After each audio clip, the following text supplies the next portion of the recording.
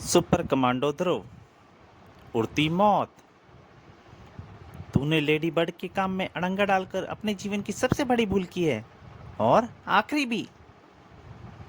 अब मैं तुझे छोड़ने जा रही हूँ, और तेरा बदन जमीन से टकराएगा तो तेरे चिथड़े चिथड़े पूरे राजनगर में बिखरे नजर आएंगे।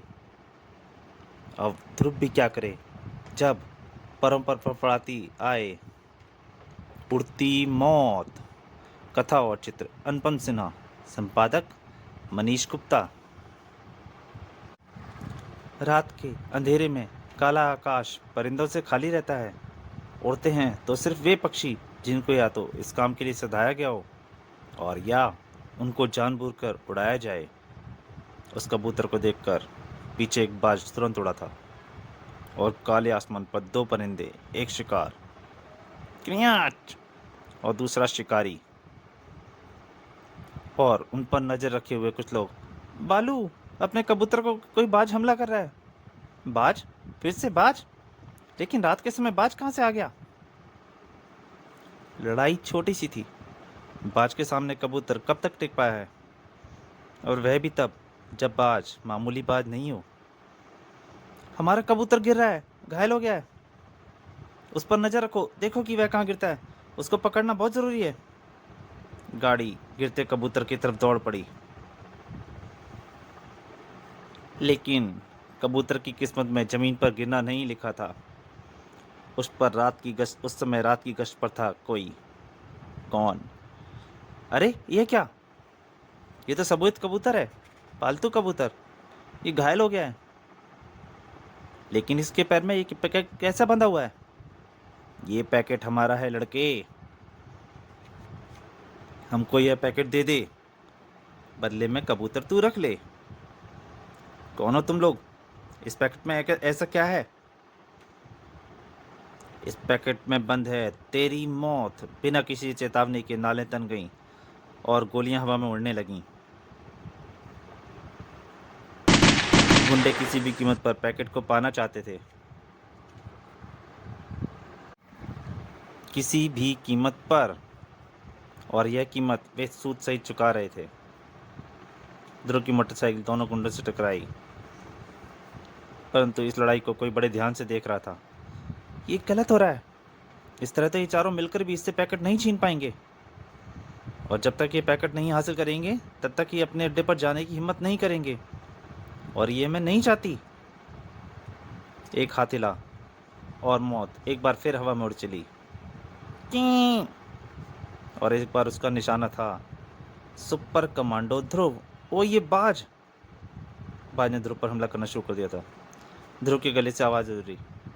यह आवाज़ बाजों की भाषा थी, लेकिन ना जाने क्यों वह बाज कुछ भी सुनने को तैयार नहीं था। और ध्रुव जानता था कि बाज अपने शिकार को कभी भी नहीं छोड़ता। गुंडे मौका ताड़ रहे थे। उठा कबूतर मोरंग और भाग ले यहाँ से। ध्रुव के संभल पाने से पहले ही गुंडे कबूतर सहित हवा हो लिए। ध्रुव बाज से जूझ रहा था, और ट्रेन बाज धीरे धीरे उस पर हावी होता जा रहा था। यह मेरी आंखें निकालना चाहता है। इसे रोकने के लिए मुझे पहले इसकी आंखें बंद करनी होंगी। ध्रुव ने एक झटके से मोटरसाइकिल के हैंडल का कवर खींच लिया, पा! और कवर बाज की गर्दन पर जा चढ़ा। ऐसा कमाल सिर्फ ध्रुव ही कर सकता था। जब तक बाज संभलता, ध्रुव के शक्तिशाली हाथ मोटरसाइकिल का क्लच वायर खींच चुके थे, और बाज के पंजे फंदे में फंस चुके थे। अब बाज बेबस था। ओह, वे गुंडे कबूतर को लेकर निकल लिए, पर आखिर ये चक्कर था क्या? जहाँ तक मैं समझ पाया हूँ, उस पैकेट में हीरोइन थी, खतरनाक और महंगीली नशीली दवा। खैर, सबसे पहले तो मोटरसाइकिल को दुरुस्त किया जाए। ध्रुव का ख्याल सही था। बाल बाल बचे गुरु। अगर ध्रुव समझ जाता कि कबूतरों के जरिए हीरोइन को इस देश के अंदर लाते हैं, तो हमारा राज खुल जाता, और बॉस हमको कभी जिंदा नहीं छोड़ता। किस्मत थी जो बच गए, भला उस बाज का। लेकिन राज तो खुल चुका था, ध्रुव के सामने भी, और उस रहस्यमयी आकृति के सामने भी, जिसने बाज को आक्रमण करने के लिए भेजा था। ध्रुव के दिमाग में सवालों के बाढ़ बह रही थी, लेकिन जवाब कहीं से नहीं मिल रहे थे। Commando headquarter. Hello captain. कहो करीम, कोई नई खबर आई? खबरें तो आती ही रहती हैं कैप्टन। देखो, कंप्यूटर स्क्रीन पर कुछ फ्लैश कर रहा है। दक्षिण राजनगर के एक फार्म हाउस में भीषण आग। 2 लोगों के मारे जाने की आशंका। आग के कारण का पता नहीं। पीटर ने ये न्यूज़ जाकर कवर की थी, लेकिन उसको कुछ खास पता नहीं चला। अरे हाँ, यह तो मैं तुमको बताना ही भूल गया। हमारा नया एडवांस कंप्यूटर सिस्टम तैयार हो गया है। इसमें राजनगर के अलावा पूरे देश के सारे ज्ञात अपराधियों के पूरे डिटेल भरे हुए हैं। गुड। शायद इससे मुझे कुछ अपराधियों का पता मालूम करने में मदद मिले, लेकिन मुझे सिर्फ उनका हुलिया पता है। उससे तो अपराधियों का पता करने में बहुत समय लगेगा। मेरे पास इतना वक्त नहीं है। कुछ समय नहीं लगेगा कैप्टन, कंप्यूटर सारा काम खुद करेगा। तुम सिर्फ इस माइक में उन लोगों का हुलिया बोलते जाओ। कंप्यूटर वह हुलिया सुनकर उनके चित्र स्क्रीन पर अपने आप बना देगा। ध्रुव माइक पर अपराधियों का हुलिया बोलता चला गया। छोटी नाक, हल्की बड़ी दाढ़ी और मूछें, और स्क्रीन पर अपराधियों का चित्र उभरता चला गया। और साथ ही साथ उसके बारे में सारी जानकारी भी आती चली गई। कुछ ही देर बाद ध्रुव की मोटरसाइकिल अपनी मंजिल की तरफ बढ़ रही थी, लेकिन ध्रुव का काम तो कोई और पूरा करने जा रहा था। आज शैतान अपने साथ था, सच में, वरना सुपर कमांडो ध्रुव के हाथ से बचकर निकल पाना मजाक नहीं है। चल रे, बॉस को फ़ोन मिला। बॉस को बता दूं, आज तो उनके दुश्मन बाज ने ही हमको बचा। परंतु तभी उसका ध्यान खिड़की पर गया। बाज? 2 बाज उधर भी बैठे हैं, पर इनकी गर्दन में क्या लटक रहा है? मुझे तो डायनामाइट की छड़ें लगती हैं, पर क्यों? जवाब मिलने के पहले ही एक नया सवाल खड़ा हो गया था। दरवाज़ा किसी एक टक्कर से खुल गया। तो कौन हो तुम? Lady bird. और अब तुम ये पूछोगे मैं क्या चाहती हूँ? जवाब है, तुम लोगों की जान। एक धमाके के साथ पहले गुंडे के चीथड़े उड़ गए। एक बार जिससे टकराया था। अब तक बंदूकें अपनी अपनी जगह से बाहर आ चुकी थीं और गोलियां हवा में उड़ने लगी थीं। निशाना था लेडी बर्ड का जिस्म, लेकिन गोलियों के साथ साथ ट्रेन बाज भी हवा में लपक चुके थे। एक भी गोली लेडी बर्ड के शरीर तक नहीं पहुंच पा रही थी। अब उसने गुंडों को दर्दनाक मौत देने की ठान ली थी। सुई जैसी नुकीली और ब्लेड तेज जैसी चोंचें एक शरीर में आ धंसी। चीखों से कमरे की दीवारें हिलने लगी। या आ! और दूसरे गुंडे के पैर भय से जड़ हो गए थे। मौत उसकी तरफ लपक रही थी। उसने भय से आंखें बंद कर लीं, लेकिन पलकें भी हाड़ मांस की ही बनी होती हैं। पंजे पलकों को छेदते हुए गहराई तक उसकी आंखों में जा धंसे और गले से उबली चीख के रुक पाने से पहले ही डायनामाइट की एक लंबी छड़ उसकी गर्दन पर आ कसी थी और गुंडे का बदन हवा में उड़ता हुआ दीवार से टकराने के लिए बढ़ चला। 1 सेकंड बाद धमाके के साथ शरीर के चीथड़े बिखर जाने थे, लेकिन उसका शरीर दीवार तक नहीं पहुंच पाया। सुपर कमांडो ध्रुव भी गुंडों तक आ पहुंचा था। तो यहाँ पर भी मरने आ गया? तुम जो कोई भी हो, मुझे पहचानती हो, पर कैसे? हम पहले मिले हैं क्या? वह तेरी किस्मत थी, हम पहले नहीं मिले। और अब ये तेरी बदकिस्मती है कि लेडी बर्ड से तेरा सामना हो गया। हट जा मेरे रास्ते से, वरना तेरा हाल भी इन कमीनों जैसा हो जाएगा। मैं जानता हूँ कि ये सभी नशीली दवाओं के तस्कर हैं, लेकिन इनसे तुम्हारी क्या दुश्मनी है? और इनको सज़ा देने का हक तुमको किसने दिया? तभी एक गुंडे ने भागने की कोशिश की। ओह, वह भाग रहा है। लेडी बर्ड डैंग पार्टी की तरफ लपकी, लेकिन ध्रुव बीच में आ गया। वह जानता था अगर डैंग पार्टी लेडी बर्ड के हाथ लग गई तो उसका क्या हाल होगा।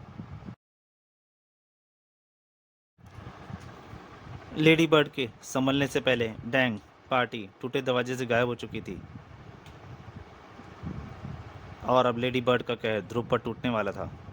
ओह, इसमें तो अमानवीय ताकत है। मैं इसके पंजों को अपनी आंखों की तरफ बढ़ने से नहीं रोक पा रहा हूँ। अब एक ही रास्ता है कि इसकी ताकत का इस्तेमाल इसी के खिलाफ किया जाए। ध्रुव ने उसकी गति को थोड़ी सी निशाना दिया और लेडी बर्ड जाकर दीवार से जा टकराई। इसकी ताकत इसके पंख हैं, लेकिन ये पंख असली हैं। इसके शरीर पर बाजन जैसे पंख कैसे निकल आए? जहाँ तक मैं समझ पा रहा हूँ, इसकी इस हालत और हीरोइन के इन तस्करों में ज़रूर कोई संबंध है, और बगैर वह संबंध पता लगाए। ध्रुव इतना सोच ही पाया था, तभी लेडी बर्ड का एक घूंसा ध्रुव की छाती से टकराया। आ एक करारे आवाज से ध्रुव जमीन पर आ गिरा और दो तरफ से मौत उसकी तरफ लपक पड़ी। मुझे पूरा यकीन है कि ये बाज मेरी भाषा नहीं मानेंगे और इनका मुझसे टकराने का नतीजा मेरी निश्चित मौत है। मुझे आखिरी समय तक इनके पास आने का इंतजार करना होगा और आखिरी समय पर इनके रास्ते से अलग हट जाना होगा, ताकि ये दोनों बाज आपस में टकरा कर धमाके से उड़ जाएं। ध्रुव रास्ते से तो हट गया, लेकिन धमाके की लहरों से उसके पूरे शरीर को हवा में उछाल दिया था। उसका दिमाग कुछ पलों के लिए शून्य हो गया और लेडी बर्ड को अपने शिकार के पीछे जाने का मौका मिल गया। इतनी देर में डैंग सिर्फ बिल्डिंग से बाहर निकल पाया था। अपनी तरफ झपटती मौत देखकर उसने फिर से अंदर लपकना चाहा, लेकिन बच नहीं सका। सांस उसके गले में अटक कर रह गई। वह चीखना चाहता था, मगर चीख भी नहीं पाया। सरसराती हवा में एक ठंडी आवाज़ सरसराई। अब जो कुछ मैं पूछूं साफ साफ बताता जा। अगर जरा भी झूठ बोलने की कोशिश की तो तेरे और जमीन के बीच में सिर्फ हवा होगी। बताऊंगा बताऊंगा, पूछो। टैंक खामोशी से सवाल सुनता चला गया और जवाब अपने आप उसके मुंह से फिसलने लगे। बस मैं और कुछ नहीं जानता। तो तेरा काम अब खत्म हो गया और तेरी जिंदगी भी। एक चीख हवा में खींचती चली गई। जमीन तक पहुंच पाने से पहले ही डैंग पार्टी का हार्ट फेल हो चुका था।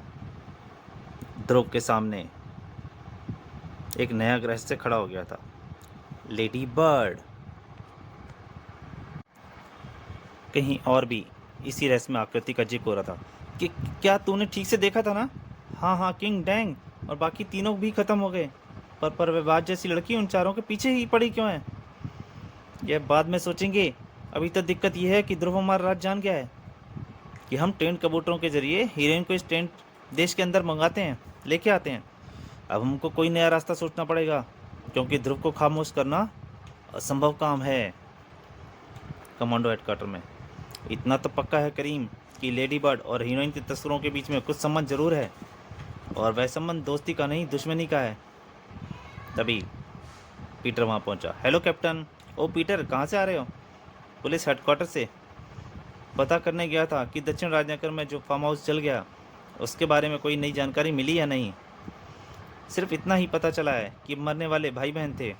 बहन एक रिसर्च स्कॉलर थी और भाई बाजों का ट्रेनर था। बाजों का ट्रेनर? तो दोस्तों, क्या ध्रुव लेडी बर्ड के बारे में जानकारी पता कर पाएगा कि कैसा रहस्य था बाजों के ट्रेनर का, और लेडी बर्ड क्यों इन गुंडों के पीछे पड़ी थी? इन सब के बारे में जानने के लिए आपको इंतजार करना पड़ेगा उड़ती मौत के दूसरे भाग का। तब तक के लिए नमस्कार।